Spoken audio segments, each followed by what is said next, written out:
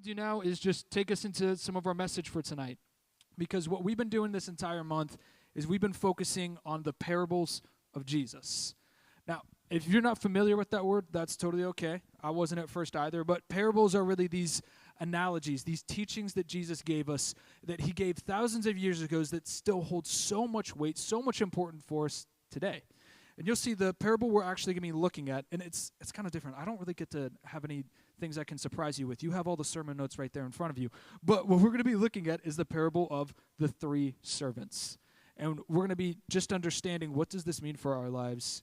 How do we actually take this parable, this story that Jesus taught thousands of years ago, and use it and understand it for something that's practical for our lives today? So we're going to be looking at Matthew chapter 25, verses 14 through 29. I'm going to read through this, and then we're going to spend some time looking at this, understanding what this means for our lives. So it says this, again, the kingdom of heaven can be illustrated by the story of a man going on a long trip. This is Jesus teaching here, okay?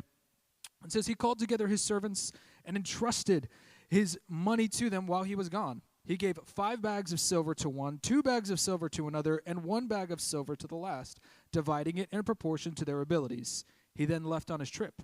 The servant who received the 5 bags of silver began to invest the money and earned 5 more. The servant with 2 bags of silver also went to work and earned 2 more. But the servant who had received the 1 bag of silver dug a hole in the ground and hid the master's money. After a long time, their master returned from his trip and called them to give an account of how they used his money.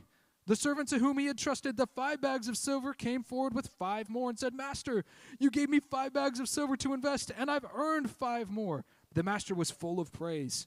"Well done, my good and faithful servant. You have been faithful in handling this small amount, so now I will give you many more responsibilities. Let's celebrate together." The servant who had 2 bags of silver came forward and said, "Master, you gave me 2 bags of silver to invest, and I have earned 2 more." The master said, "Well done, my good and faithful servant. You have been faithful in handling this small amount, so now I will give you many more responsibilities. Let's celebrate together." And then the third servant with 1 bag of silver came and said, "Master, I knew you were a harsh man, harvesting crops you didn't plant and gathering crops you didn't cultivate." Can I just tell you, this is not any way to talk to your boss ever, okay? I don't know if you need to hear that, but just please don't ever talk like that, okay? You didn't plant things you didn't cultivate. "I was afraid I would lose your money, so I hid it in the earth. Look, here is your money back." But the master replied, "You wicked and lazy servant, if you knew I harvested crops I didn't plant and gathered crops I didn't cultivate, why didn't you deposit my money in the bank? At least I could have gotten some interest on it." Then he ordered, "Take the money from this servant and give it to the one with 10 bags of silver.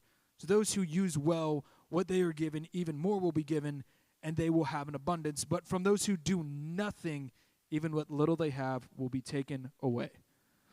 All right. Now, I know that was a lot to read through right there. I'm sorry. Jesus just had a really big story he wanted to tell, okay? But you're picturing it, right? 3 servants, 1 master. 3 servants are given each a certain amount of money, and then they're being told, do something with it.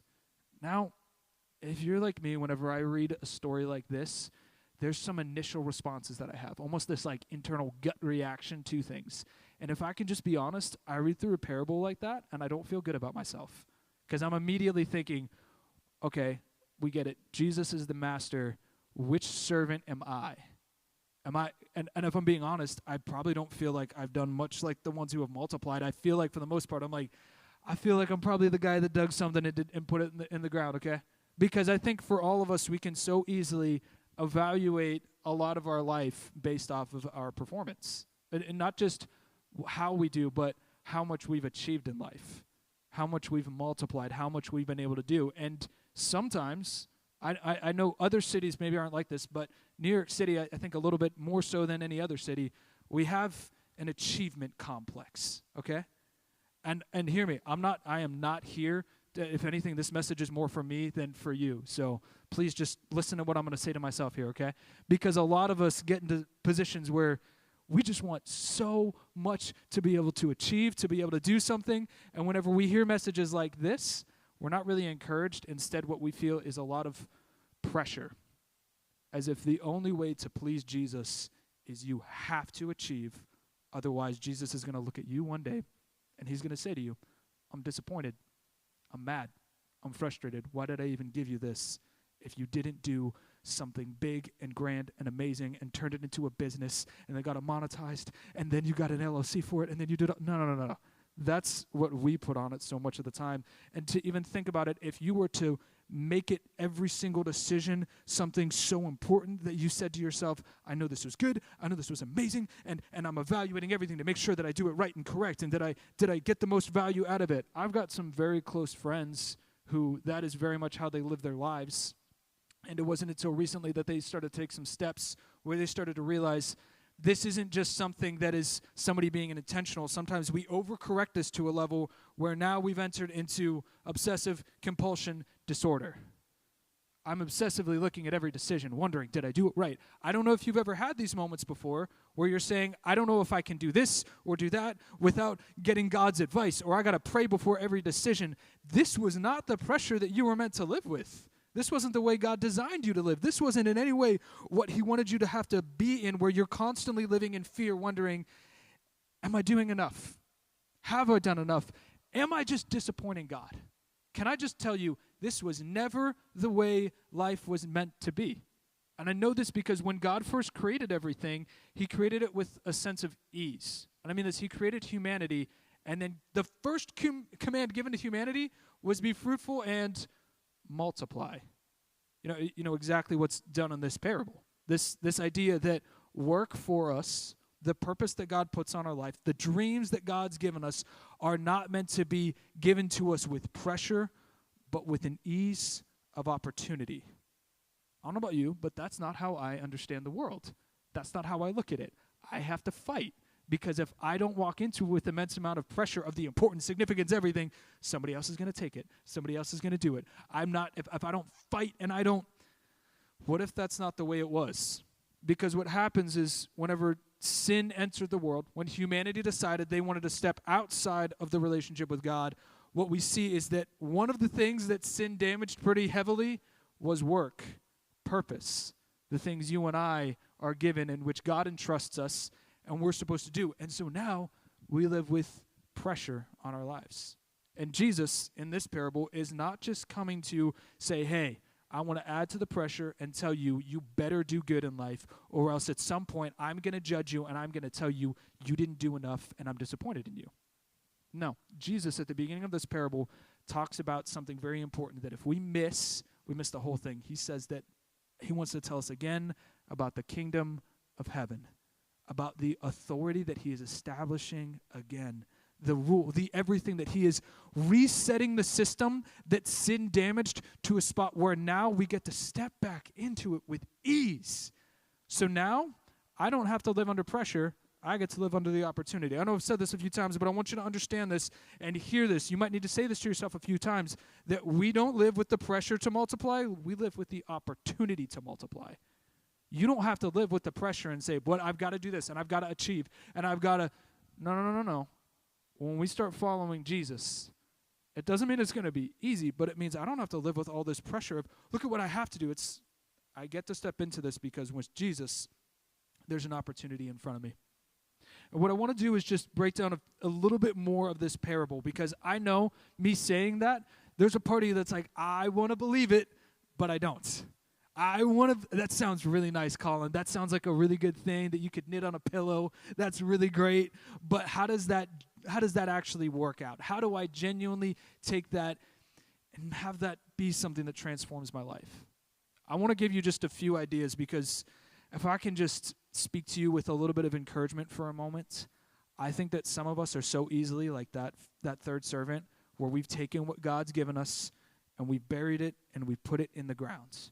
Or maybe you haven't put all of it in the ground, but you have a little bit that you've buried.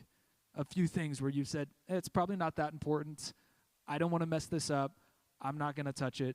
I'm just going to leave it here. Today, what we're going to do together, I'm going to teach you how we dig it up and how we make sure we don't go put it back in the ground. Okay? That's what we're going to do. That's what we're going to look at together. Here's the first thing we're going to look at. Okay? We have to understand whenever we look at the beginning of this parable, it says something really important. I want to take you to two verses that were said. Matthew 25, 24 through 25. It says, Then the servant with one bag of silver came and said, Master, I knew you were a harsh man, harvesting crops you didn't plant and gathering crops you didn't cultivate. I was afraid I would lose your money, so I hid it in the earth. Look, here is your money back. It's interesting how one servant had this observation and the other two didn't. As if he had this understanding of his master, and his understanding of his master impacted all of his decisions. Impacted every single thing of what happened, okay? Can I just tell you this for a second? It is so important that we have a correct understanding of God. I love what happens in Matthew 16:13. Jesus is having a conversation with one of his disciples, probably one of the most ones that is crazy and jumps out there, and he asks a really important question. He says, who do you say that I am? Who do you say, what do you think about me? In the same way that you could ask those servants, what do you think about your master? What do you think about God? Because it will impact what you do, how you live your life, every single thing. This is the first thing we understand. You have to know the giver. You have to know the person who gave you the opportunity, the person who put you in a spot where you were able to multiply.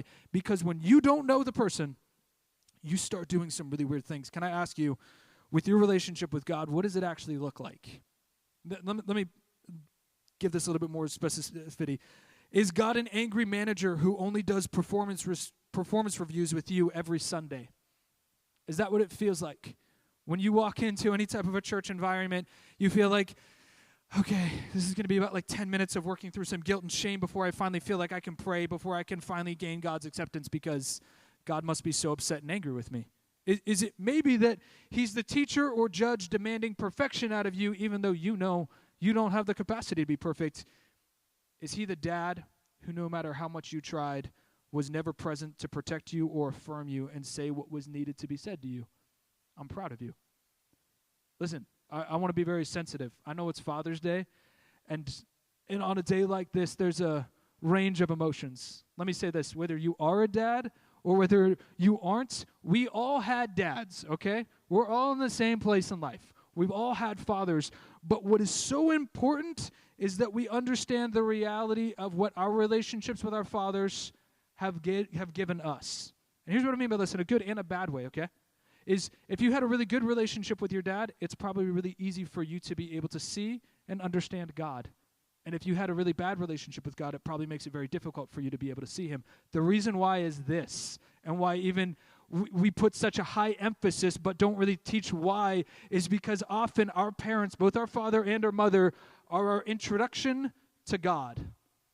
So if I don't have a good relationship, how do you think your relationship with God's going to be? Let me just, for yourself, ask yourself what your relationship with your father, your mother was, and then ask yourself how similar to that is with how I view or understand God. And I know, listen, this feels like I am saying some terrible stuff for a second. You're like, this kid is so wild out here. We're supposed to honor our father and our mother. Can I tell you what a mentor told me once whenever we were trying to interpret this together? He said, you want to know the best way to honor your father and mother? Do better. Honestly, can I tell you, as what I want to, whenever I am a father one day, I hope my kid does better than me. I hope they're able to look, acknowledge, and see the flaws that I am inevitably going to bring to the table, and I hope that they're able to look and be able to say, we're going to do better than that. We learned. We were able to step forward. A lot of us will not even acknowledge or say what any of the type of relationships, whether it be our father, mother, or any other type of caregiver gave us, imprinted on us, put on us. And now because we won't acknowledge that, we then have this relationship with God that's got this weird lens in front of it.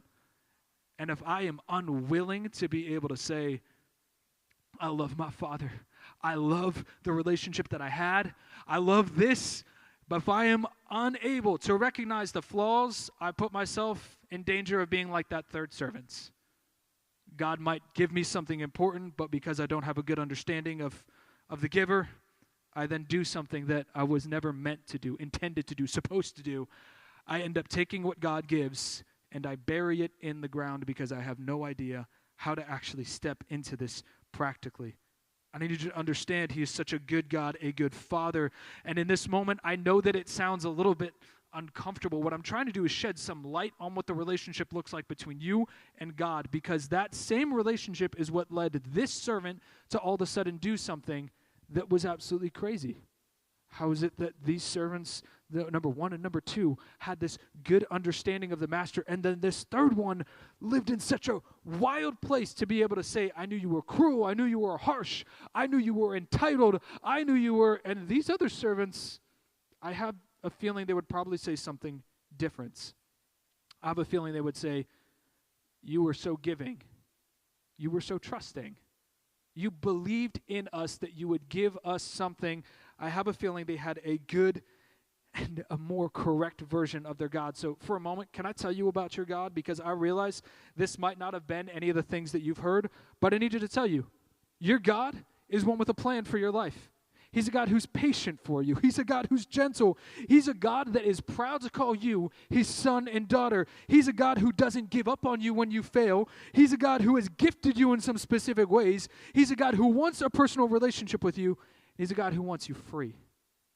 And whenever you understand that's the God who is asking you and giving you something to move forward, I don't feel as much pressure. I feel actually a lot more grace. I feel like there's room to fail and get back up and try again, because that's the God that we have. But if we don't know that, it doesn't really matter what you're given. I need you to hear that for a second. If you don't know the one who gave you the opportunity, it doesn't really matter what you do with it. Because whether you think you did something good with it, because this servant thought he was doing something so good with it, he was preserving it, he was saving it, he was doing nothing with it. We have to know the giver. That gives us the ability to not live under the pressure to multiply, but gives us the opportunity to multiply. But there's a second thing with this. Matthew 25:14-15. I want to just take you to the beginning of this. It says, again, the kingdom of heaven can be illustrated by the story of a man going on a long trip. He called together his servants and entrusted his money to them while he was gone. He gave 5 bags of silver to one, 2 bags of silver to another, and 1 bag of silver to the last. Now listen, when we read the Bible, there's some pieces that we miss because it's not in our context today. So whenever you hear like a bag of silver, the way I was taught this when I grew up in church was there was one person that was given $1, another person that was given $5, another person that was given $10. Can I just tell you, that's absurd and not even fair to how Jesus was trying to teach this, okay? Whenever you actually look at the context of this, of a bag of silver, that Greek unit, whenever he's describing it, my commentaries and everything, my research, it's outdated, okay? Because nobody knew how bad inflation was going to get, okay? So 10 years ago, what my last ability to be able to see what it was estimated at, one bag of silver, $1 million. That was 2016. Please don't do the math. We're all going to cry, okay? But it's a lot of money. There was value on it. And the unit really isn't the important part, except to be able to say that whenever God gives us something, there is value on it. The second thing we have to do is we have to see the value. See, when I know the giver, I understand that God doesn't give me bad things. He doesn't give me useless things. He doesn't give me things that I look at and I'm like, what am I supposed to do with this? Whether I see the value or not, it's there. And he used this describing what happens now in a relationship with him. That God would entrust us with something that is not just some random thing, but it's actually something important. But if I can just be vulnerable and share something with you, I think a lot of times we have trouble seeing. And I don't say that as just some type of a saying. I mean that quite literally. See, my family, we have this genetic thing that exists with a lot of our eyes. So just last week, I had to go get tested to see how bad my eyes were to find out if at some point in time I was at risk for really going blind. And whenever we're sitting there, they're telling me, okay, you're not at risk for this, but do you have any idea how bad your eyes are, Colin? I'm like, no. And then they put that thing with, I thought it was shapes, turns out it was letters on the board. And they're asking me, read it. And I'm like, square, circle, triangle. And they're like, those are letters. What's wrong with you? Perfect vision is what? 20/20, right? Okay, so my vision, I'll just be honest, and this is going to hurt the people in the back. I have 20/70, okay?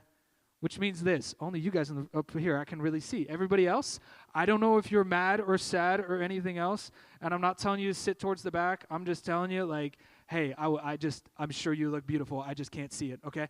Because my vision is compromised. Can I tell you this for a second? I think a lot of your vision emotionally and spiritually tends to be compromised. I think there's things God has actually put and placed in your life that because of how you tend to see things, it's compromised. This servant, I think, was in the same spot where he was saying things and believing things that he was compromised with. Can I just be your pastor for a moment and be able to tell you some of the things that compromise your vision? Some things that have probably infiltrated your mind, your heart, your everything, and have caused you to be able to see something that is worth so much to actually look at it and say, it's really not that valuable.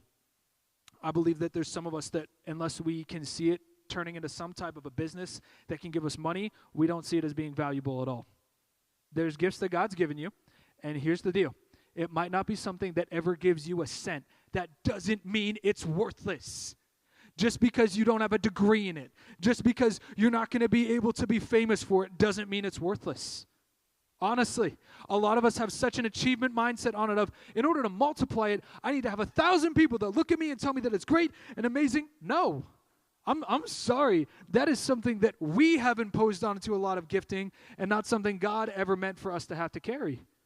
I think actually God has a lot of things that he has put in humanity, and even when you think about some of the most valuable moments, things that have occurred in your life, you can't put any type of a price tag on it. We're the ones who have limited it and said, you know what, if I can't do it, I'm just going to be there. Can I just tell you another thing? A lot of us have been living under the lies of what a lot of people have told us. There are gifts that have been put in your life that other people have spoken to, that other people have said, you're not smart enough to do that. No one's going to be on board to support you with it. You're not good enough to even try to do it. And because somebody that you liked or that you respected told you that, you've allowed their opinion to all of a sudden be more important than the one who actually gave you the gift in the first place. Where you would say, I don't care if God gave it to me. They said this. They never gave me an opportunity. They never believed in me. Can we play this out logically? Why would God have given it to you in the first place? Other people can say anything, all they want, okay? Listen, if you're on social media, you know people say wild things all the time, all right? Why on earth would we allow somebody else's opinion to tell us, you know what, even though God, the creator of everything, the one who is in charge of everything, the one who is so much smarter than you, so much smarter than your teacher, so much smarter than that professor who didn't believe in you, so much smarter than your parents who never gave you the support that you needed to step fully into it. Why would we allow that voice to all of a sudden dictate what we do or don't do with the amazing gifts and opportunities that God has put right there in your hands? But can I tell you the one that hurts the most that I see is whenever people are in positions where they have done something, they've had too much shame, they've made a mistake, and then they say, I guess the opportunity's gone. I guess the opportunity's done. Can I tell you what the beginning of my Bible actually starts off with? It starts off with men who repeatedly, over and over again, it was as if they were on a quest to see how much can I mess up my life and will God still stick with me? How many times can I finally just, lie about whether or not they're my wife or my sister? How many times can I try to screw things up? Will God actually stick with me? Go ahead, read through it. You'll see, even when we are not faithful, God continues to be faithful. Can I just tell you, even if you have said to yourself, I've screwed up too much. There was a point in my life when maybe I could have done it, but I'm not in my prime anymore. I've messed it up. I've missed my time frame. I'm no longer there. God never said that. The things that God gives you are so valuable that to act as if time itself could wither and destroy them, I'm sorry, that's not God. He does not give bad things to his people. When you and I start to see the value, it takes a lot of the pressure off. It allows me to move forward and say, I'm going to try. God, if you really gave me this, even if I fail, I can still step forward and I can still try. This is what happens whenever we start and continue to move closer and closer towards Jesus, allowing the pressure to be lifted and the grace of an opportunity in front of us to be what keeps us moving forward. But there's a third thing that I want to tell you that's not fully listed in there, but described in the behavior. Whenever we look at these men who were able to multiply, men who were able to do something, it's this: they were able to be bold and wise. Now, this is the part where I got to just put some restraints on stuff here for a second, because I know you could hear a message like this, and you're like, got it. I'm going to be, as soon as I walk out these doors, on the sidewalk, I'm going to be selling stuff. I'm going to be doing stuff. Listen, we have to have boldness and we have to have wisdom. Boldness meaning this. There's things that other people might look at you and say, there's no way you should ever do that. And you might have to say, you're right. Wisdom is whenever you say, can you help me do this? What would you do if you were in my situation? How do you think I should move forward? How do you think I could do this? Wisdom is whenever we are bringing other people into this. Because I can tell you, what's not fully listed in this parable are the failures these men had. These men that were able to multiply it. Listen, you don't gain that much money. You don't take these steps where you continue to multiply without messing up. Listen, God is okay with some of your failures to move forward as you're trying to figure things out. It requires us to have boldness and wisdom. Boldness and wisdom together. Whenever we have these, it allows us to be able to step forward into something so special, where we start seeing things multiply beyond what we could do on our own.